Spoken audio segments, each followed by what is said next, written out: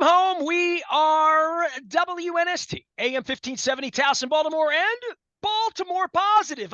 It's 25 years. We did the documentary and all that stuff. I'm going to have to change the candle to like a 26 beginning on August the 3rd when we go into our 26th year. I'm just going to make the 25th year last like 5 years, like the lottery did last year. Speaking of the lottery, the Gold Rush Sevens doublers, I have a whole little Santa in July bag of these. We'll take these down to Fadley's, try to lift spirits for all the fan bases. Even the Yankees need their spirits lifted as well. We'll be lifting you up with our friends at Liberty Pure Solutions, keeping our water clear, as well as Jiffy Lube Multi-Care. We're at Fadley's this week. You know, I'm putting the crab cake tour together, and Luke's going away next week, and there's the All-Star game, and we're going to play some really cool stuff on Monday and Tuesday to make you laugh. We're doing Mako next month, and I'm doing the Oyster Tour in September. So we have all these moving parts, and the Orioles, the backdrop of a first-place baseball team, taking a little bit of a break next week, having a gun show on Monday night, and then Tuesday night we're going to play the game, and now Santander is going to be there. It's wonderful. The ebbs and the flows of any real baseball season, and I go back to the best seasons, 83, 97, whatever, there's some hiccups. And at this point, to conjure up for my dear friend Luke Jones, who will be joining me at Fadley's on Friday afternoon. Come on down. Pete Caldera is going to be there singing show tunes. He and I are going to do a little Mac the Knife. And Leonard Raskin's going to come by, too, with the crab mallet. And we're going to have some crab cakes down at Fadley's on Friday. And that's going to be our adieu, because after that, he is on a strict diet of Max. Do you even eat the pepperoni or you just straight cheese when you go down there? What do you do? At Max, it's straight cheese. It is the cheese pizza. I've had other types, but it's I really straight want a cheese slice pizza. of this pizza because my dad's name was Mac. So I'll just say this to you, Luke.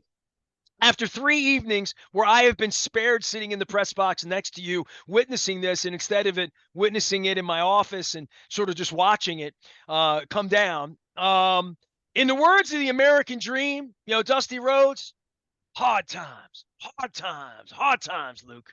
I like it. I was going to just borrow an expression you've used at different times, not so much for the Orioles of the last year or two. PU. That stunk. And you know me, you're I'm not worse than me, dude.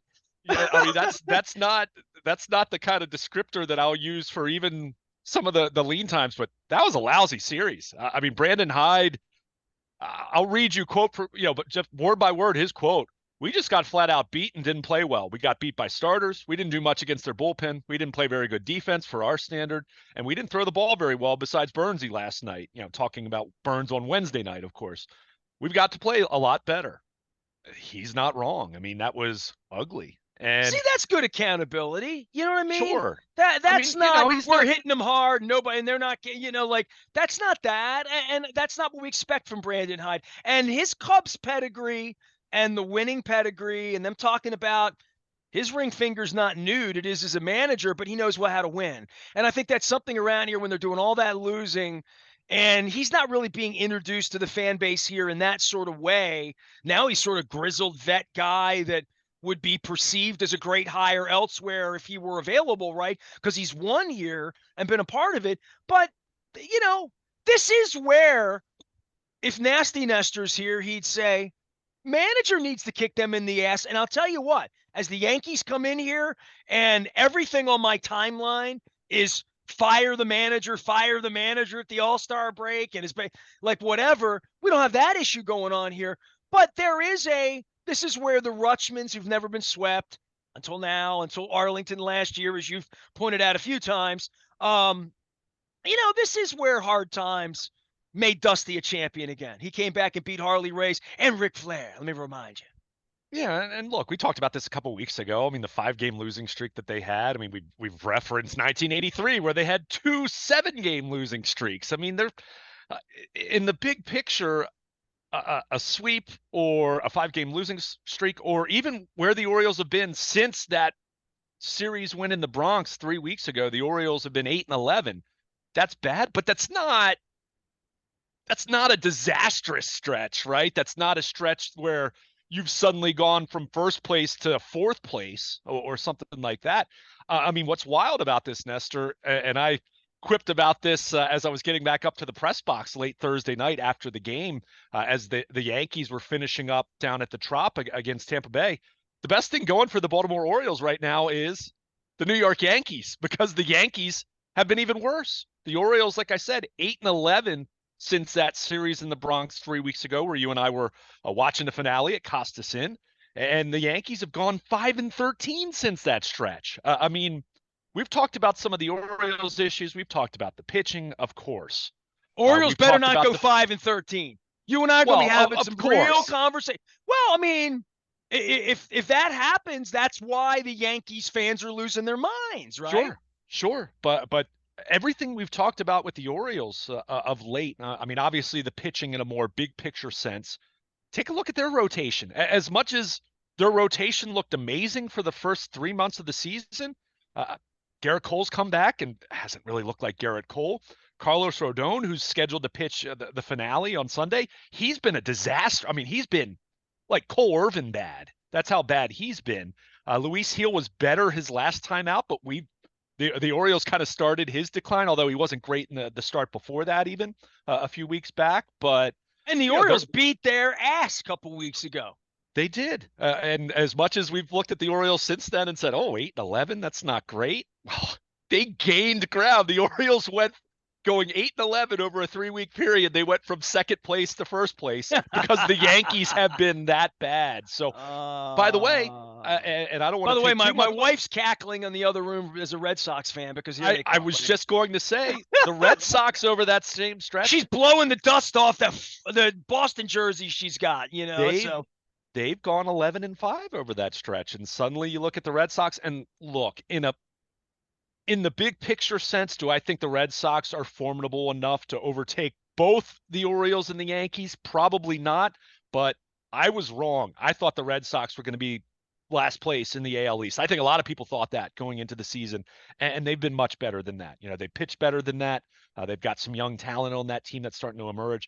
I mean, Rafael Devers has dealt with a shoulder issue, but is still one of the best left-handed hitters in the American League. So the Orioles and the Yankees can wallow in this period of time too long, because the Red Sox are definitely in the rearview mirror at this point in time. So all that being said, the Orioles, as ugly as this Cubs series was, and that was ugly, and you made the point about Brandon Hyde as I read his comments.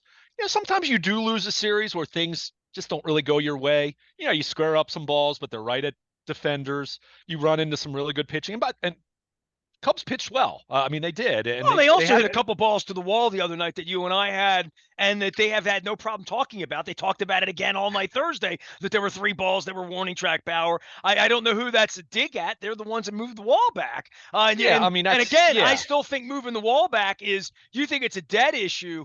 Man, I think it's a very, very, I think it's a top 5 issue, along with ownership and other things that they've done here, that if they ever ring the bell and have a parade here, they would look at it and say it was a part of an ideology that, yeah, they'll lose some games like Wednesday night, but over the body of work, they'll make the ballpark more fair for themselves over the long run, and more accommodating, that Corbin Burns might want to sign here instead of saying, I can't wait to get the hell out of here. Yeah. And look, when I kind of was dismissive of the issue itself, more so through the lens of the old dimensions aren't coming back. You know, at some point in time, and I'm not saying you, just in general, we can make those comparisons. But I mean, the big wall's been there. This is the 3rd season for the big wall at this point. I mean, it's Camden Yards now. It's what it is. You know, we could think back to the days Dude, of I love that they changed 364. it. I love Yeah, that we get exactly. to discuss But it. I mean, it literally, it's almost like moving to a new ballpark or changing fundamentally this iconic. Let me play the role of Janet Marie. Maybe Katie Greggs will let me in. This iconic, incredible building that nothing can be changed. We can't. No. We're gonna change things, and they're gonna spend another $600 million changing things in a way that may or may not affect the play. I don't know. I mean, look, when Stedman was writing about this and Port Covington and wind shear and how it would affect the A's, I mean, the place was a bandbox, right? Like, that's the way it played forever. And nights like Wednesday night, for the fans who watched it, and we do talk about it. And I think that makes it more compelling conversation, even more so than if they all went out and they won the other night. Yeah. I mean, I think that's fair. And then there have been other times where the opposition hits one to the wall, and you say, well, that worked out well because Austin Hayes caught it in left field, or Colton Cowser caught it at the warning track. But going back to what I was saying though, as far as Hyde's comments, look, sometimes you'll have series like that Cardinals series, the series that ended the regular season streak of not being swept.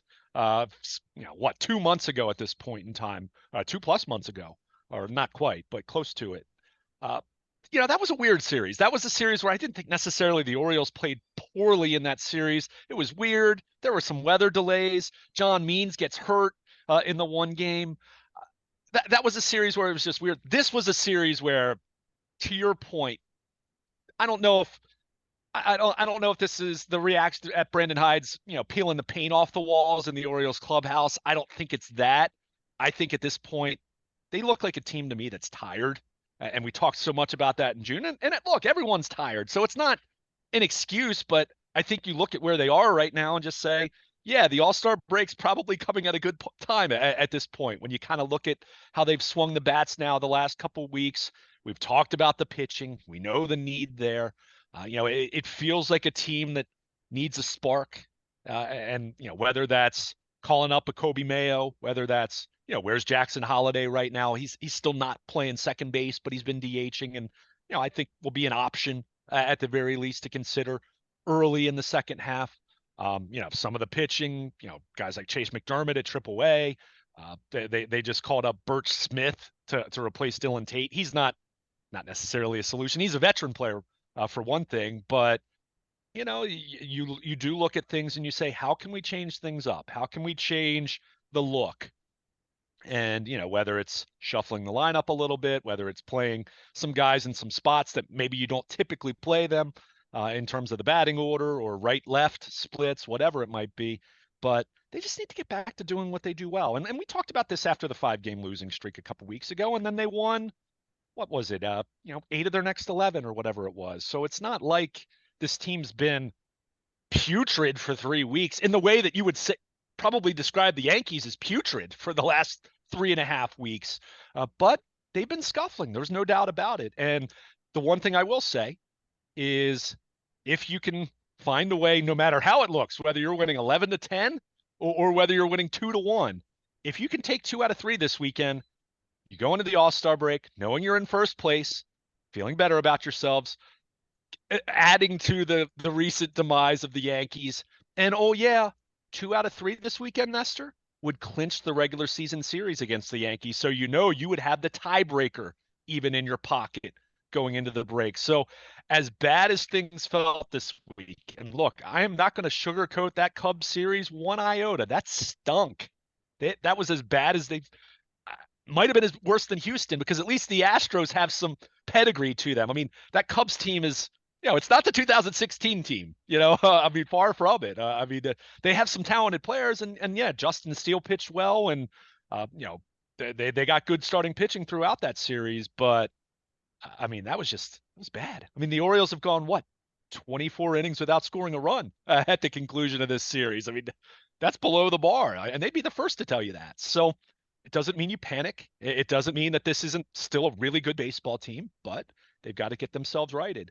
The good news is the Yankees are coming to town as a team that's played even worse than them. So that doesn't mean the Orioles can just brush this off and say, well, we're fine because, look at the Yankees. No, you need to feel the proper urgency, but play good baseball over the weekend.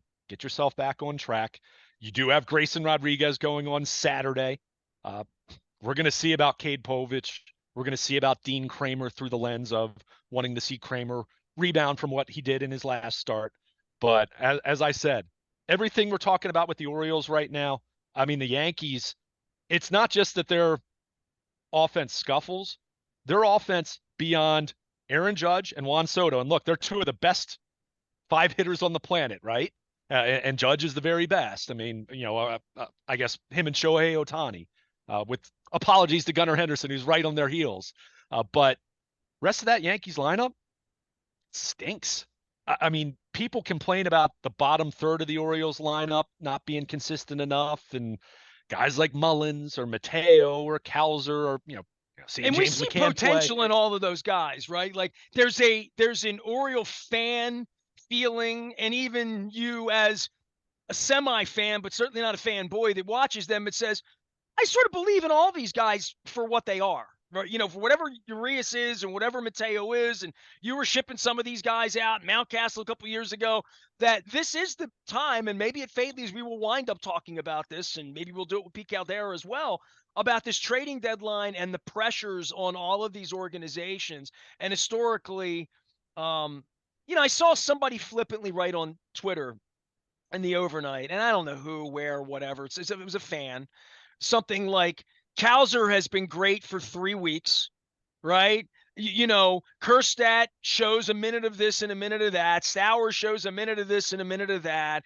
Mountcastle's and Mayo's, he's Babe Ruth. He's Paul Bunyan at this point. We just can't wait to get him here. Jackson Holliday's going to be Joe Morgan, and he's going to the Hall of Fame too. He's going to be Craig Biggio and Joe Morgan, right? Like, so we feel that way about all these guys, and then you get that feeling like, I don't want to give Cowser up because I saw him play in April. I don't want to give A's up because I need the insurance policy of having a guy that's in it. I don't want to give Mullins up. He's a 30-30 guy. He's got all this potential. And I don't want to give Mountcastle up because when he's hot, you know what he's capable of doing?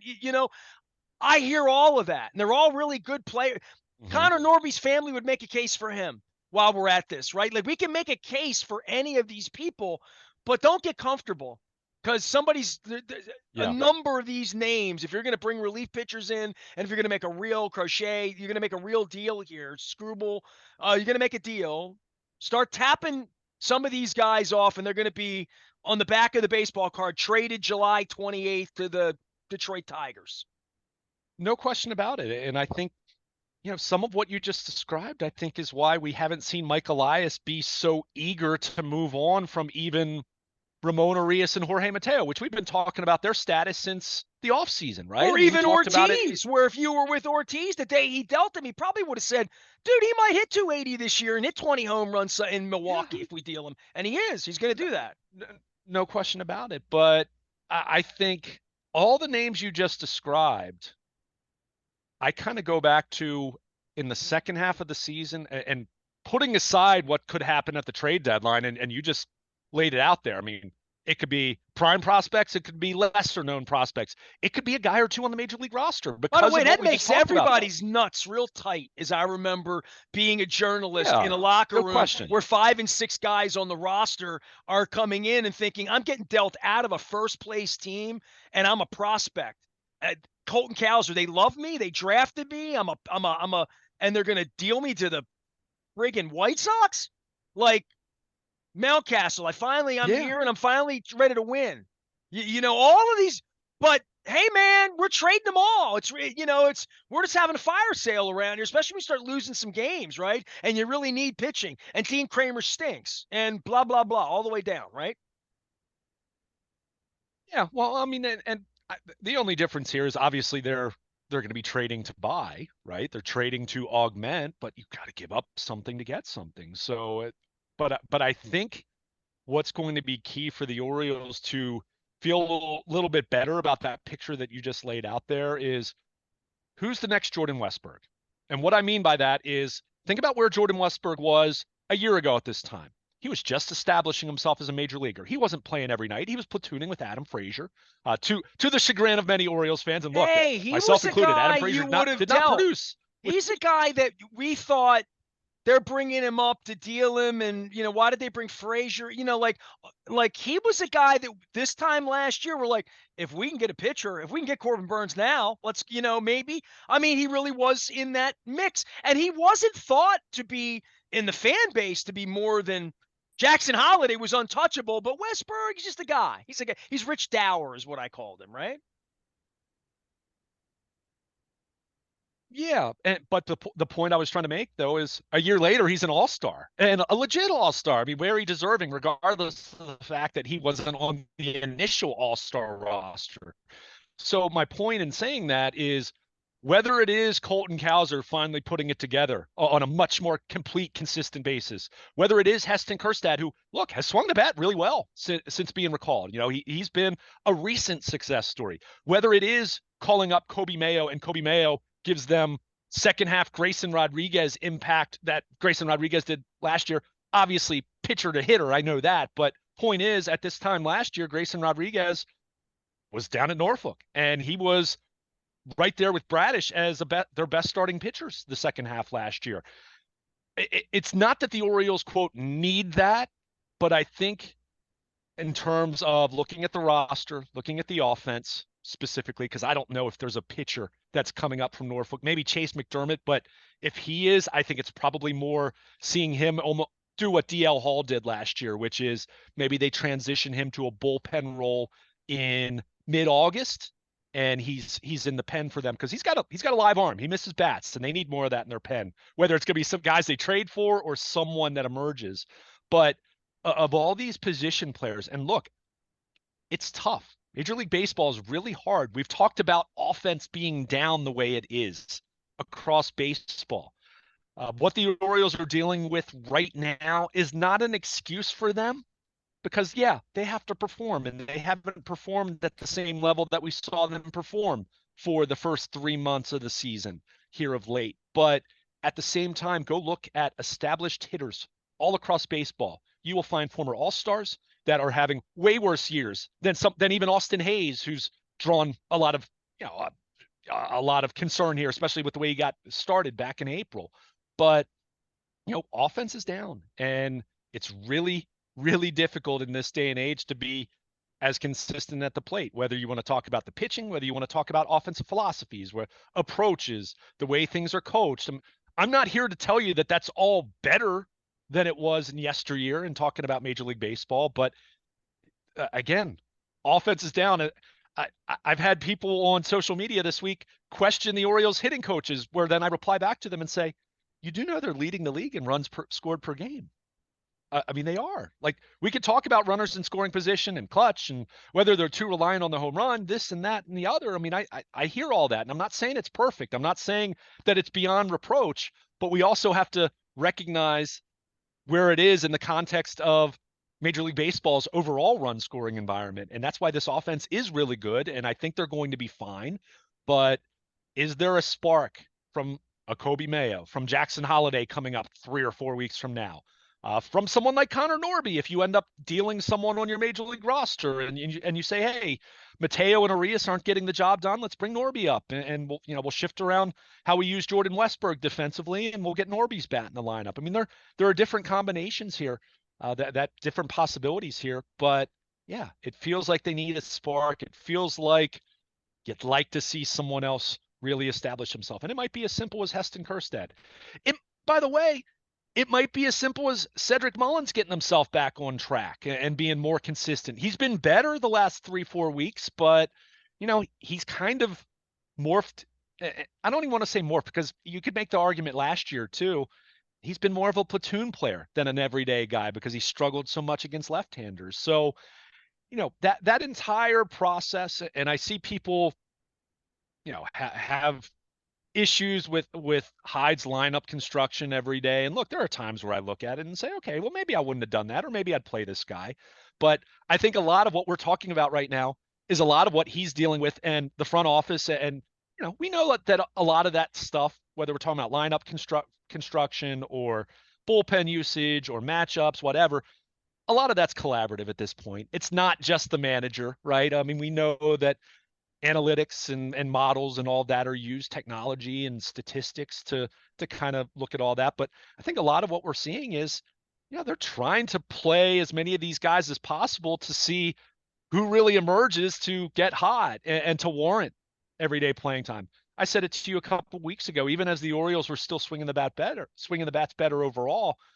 They have one outfielder right now where you say he's going to be in the lineup every single day, and it's Anthony Santander, and he's going to the All-Star game, which, by the way, great story. Former Rule 5 pick, oft injured. Dan Duquette, I mean, we made fun of the Rule 5 fascination for years and years and years, and to his credit and to the current regime's credit, and to Anthony Santander's credit, morphed himself into this player who's been a plus power hitting corner outfielder in the American League for 3 or 4 years now, where he's been playing at a high level. But beyond him, the rest of these guys in the outfield and some of these other guys, it's like, hey, you got to play at a level that warrants being an everyday player. And Kerstad is the guy right now that feels maybe the closest to that, although we haven't seen him He against was many even on the lefties to team really 3 weeks gauge ago, that. literally, But right? Yeah, exactly. And look, he's done a nice job, but Colton Cowser did a great job back in April. And, other guys were, Mateo was red hot in April and May. We talked about that a lot. Since then, since the start of June, Mateo's bat has gone away again. So that's really what you see. And this is why going back to spring training, when we talked about the outfield at that point in time, because it's been a topic of conversation since before the season started. It's why I said to you, I don't view any of these guys as guys that need to be in the lineup every single day, guys that are playing 160 games. You rotate, you try to play matchups, and really you play the hot hand then. Someone gets going, and we saw this. Colton Cowser, for a long, long stretch there, was an everyday player for them.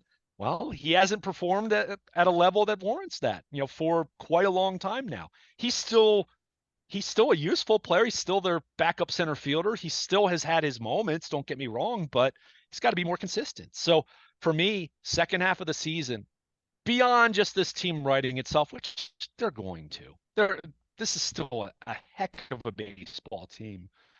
And they're going to get themselves back on track. I think the All-Star break's going to be good for them, regardless of how this Yankee series goes. But to me, I'm looking for that next Jordan Westburg, that next player that graduates from prospect, part-time, platoon type talent to guy that, hey, Brandon Hyde doesn't even need to think about Jordan West. The only thing he thinks about with Westburg is he playing second or third base tonight? Because that's how consistently good he has been with the bat, and that's why we've talked about it. We think of Gunnar, we think of Adley Rutschman. Westberg's been right there. Gunner's been the team MVP. Has put up crazy numbers, but you said it, and I agree. There's been a debate here as far as who their second best position player has been this year, whether it's Rutschman or Westberg. They're looking for their next guy that kind of emerges to be that. Among the young guys, obviously Santander has had a good year. Not amazing, because we know with the batting average it hasn't been, but with the power certainly he's produced at a big time level. So, who's it going to be? And for me, I am looking at Colby Mayo a lot, and it's not easy because the defense is a question for him at third base. I still think he probably profiles best as basically what Ryan Mountcastle's role is right now. And that's where I've said to you, is there a creative deal out there for some team that's trying to make the playoffs as well, that maybe has some pitching that they could part with because they really need a first base bat? Is there a scenario where Ryan Mountcastle becomes that guy? Again, I'm spitballing here, completely thinking out loud.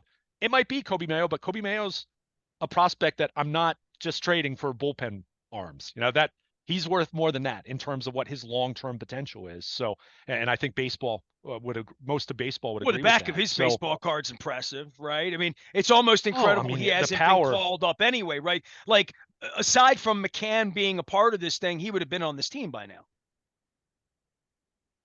Yeah, and I think, and with Mayo, it's not just for me the question of where he's going to play, because the defense at third base is a question. I mean, it really is, and we know that the Orioles want to defend well, and the reason why is you go through stretches, 2-week stretches where you're not going to hit quite as well, so you want to defend, even though they didn't defend very well in this Cubs series, as Brandon Hyde pointed out. But I think with Mayo, I like the idea of adding another right-handed bat, another right-handed power bat to this lineup. And, again, it's tough because O'Hearn's been so good, and Mountcastle slumped in June, or has slumped over the last 3-4 weeks, but we know what he's capable of. So it's not as easy as just saying, even though some fans would say, well, bring him up and just play him at third base. Well, again, there's questions about the defense. It's gotten better, but he's I've made the comparison with Mountcastle. I think he's got a much higher ceiling than Mountcastle had, because I think it's a little more of a complete offensive profile, but defensively it is very similar to Mountcastle, where, remember, Mountcastle started out as a shortstop in the minors, played third base. We saw him in Baltimore in his early years try to play left field. We know that didn't go very well, and eventually he settled in at first base, and he's become a solid first baseman. Mayo, You're here I because think of your is bat, son. probably going to be that. Yeah, but the thing is with him again, when you're facing left-handed starters, I think he's the kind of right-handed power profile that is big wall proof, meaning he can clear that wall. And even if he's not going to clear the wall, he's going to hit doubles and triples to the deep left center field part of the ballpark. So I'd like to see them find a way to get him up to Baltimore, see him in the mix. Doesn't mean he's going to play every day right off the bat. I think it's been pretty evident. We've seen how this works when they call guys up. Adley Rutschman and even Gunnar sat against lefties quite a bit early last year, remember? They don't just give you a job every day when you show up. Yeah. Yeah, exactly. You got to earn it. And again, this goes back to your overall point, which I think was such a cogent point in looking at all these guys. They have these veteran players who've done things for them in the past. Maybe they're certainly not playing at the level they did. Like Arias is a great example of that. A couple years ago, he was an everyday player. Dude, they got five guys here: but... Urias, Mateo, Mountcastle, Hayes, and Mullins.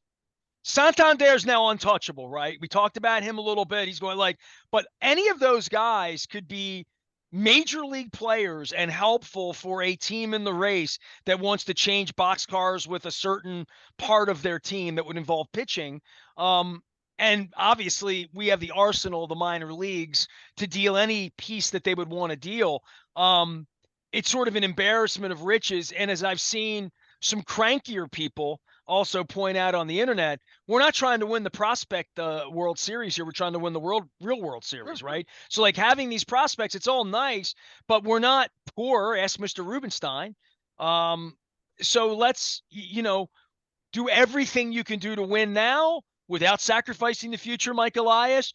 But we're getting to the point where the more they lose here and things get bumpier and choppier, and no one emerges, to your point. The next Jordan Westberg doesn't emerge to say, I'm undealable.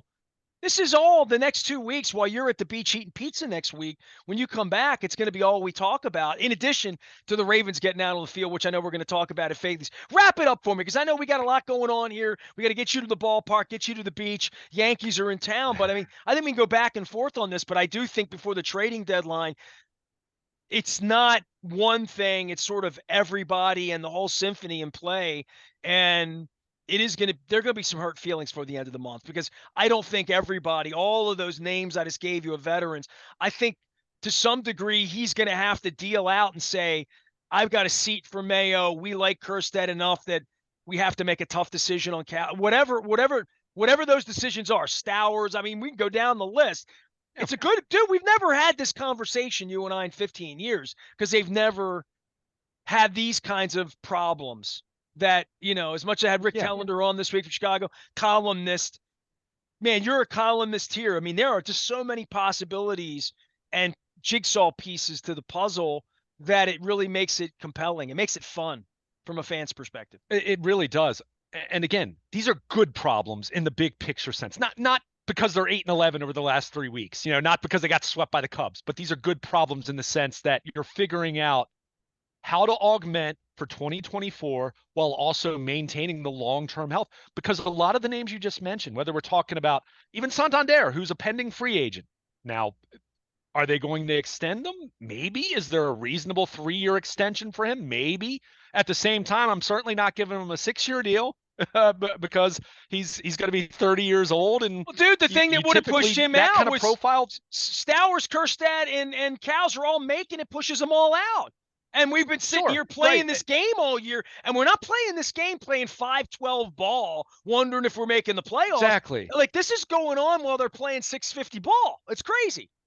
Yeah, no doubt. But a lot of the names you just mentioned, and this is where it's tough, and this is where I say you don't want to just trade all the prospects, because Santander is a free agent this year. Mullins and Hayes are free agents after next year. Mountcastle has 2 more years, I guess, of club control. Point is, a lot of these guys are not here for the next 5-6 years. As much as we think of Gunnar Henderson, and even Rutschman, he'll have 3 more years after this year.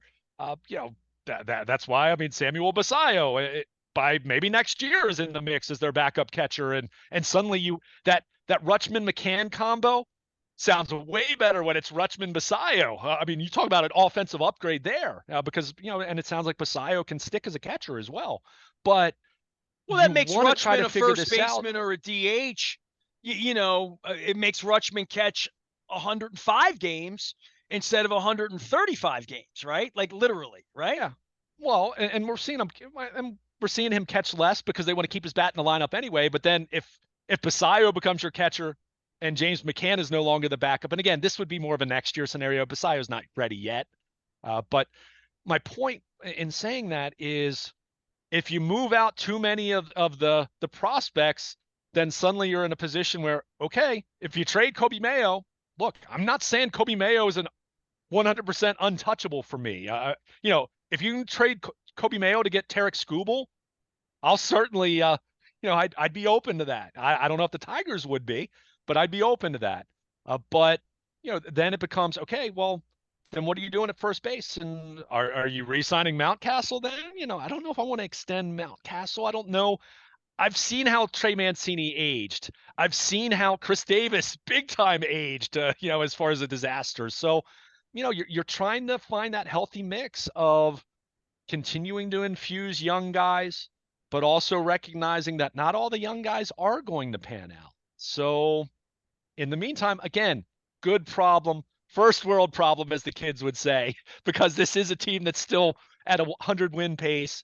But yeah, you want to, for me, I want to see the next Jordan Westberg, whichever position it is, whichever guy it is, the next guy that graduates to say, hey, no more of this platoon stuff. No more of this, I'm not playing against lefties or righties, or I'm not playing more than 4 days a week. I'm an everyday guy. I want to see that next guy emerge, and maybe it's Kerstad, maybe it's Kowser, maybe it's Kobe Mayo coming up, and he's the guy that rakes from day one. I don't know. Who knows? But I want to see the next Westberg emerge in terms of, all right, that's not a prospect. That's not a, hey, maybe, hey, he's flashed. That's an is. That's a guy that we know now that's settled. He's going to be in the lineup at least 6 out of 7 days every week. So, we'll see how that plays out. But in the meantime, as you said, unsettling knowing that the trade deadline's looming, and save for a few guys here and there, I think the possibilities are there for major league guys or prospects to potentially be dealt if the right trade presents itself. I'm not going to say that I'm disappointed that I'm having crab cakes with you and Pete Caldera on Friday at Fadley's as the Yankees come to town, but I am a little disappointed that Nestor Cortez won't be joining us. I hope he just stumbles in. If anybody knows where Nestor is, I'll send a free Uber over to pick Nestor Cortez up to join me at Fadley's. We can have a crab cake. Gold Rush Sevens doublers. I'll have these at Fadley's on Friday. We're putting the crab cake tour together, the oyster tour. Luke's about to take a little vacation. All-Star game's about to happen next week. We're going to have a bunch of stuff going on around here as well out at the website at Baltimore Positive. I'm Nestor. He's Luke. We are WNST, AM 1570, Towson, Baltimore, and we never stop talking. Slumps. Hit the ball this weekend, boys. Let's go. The Yankees are in town. It's Baltimore Positive.